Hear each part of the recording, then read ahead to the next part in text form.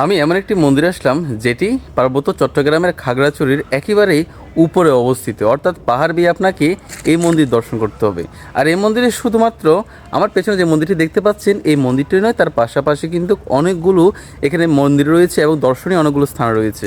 যেমন ধরুন, আপনার একেবারে গেট থেকে শুরু করলে সেখানে জিরাফ দিয়ে আপনাকে একটা স্বাগত জানানোর একটা ব্যাপার যেখানে আপনার উপস্থাপন করা হয়েছে। এরপর হচ্ছে আপনার গণেশের মূর্তি রয়েছে, এরপর হচ্ছে দুটি দেবীর মূর্তি রয়েছে, এরপর হনুমানজি রয়েছে, তার পাশাপাশি রয়েছে ব্রহ্মা বিষ্ণু মহেশ্বর ত্রিদেব একেবারে মধ্যস্থলে অবস্থান করছে, যিনি ওই স্থানে দাঁড়িয়ে তারা তিনজন ওই স্থানে দাঁড়িয়ে পুরো বিশ্বকে শাসন করছেন। এই ধরনের একটা বিষয় এখানে কিন্তু প্রকাশ করা হয়েছে।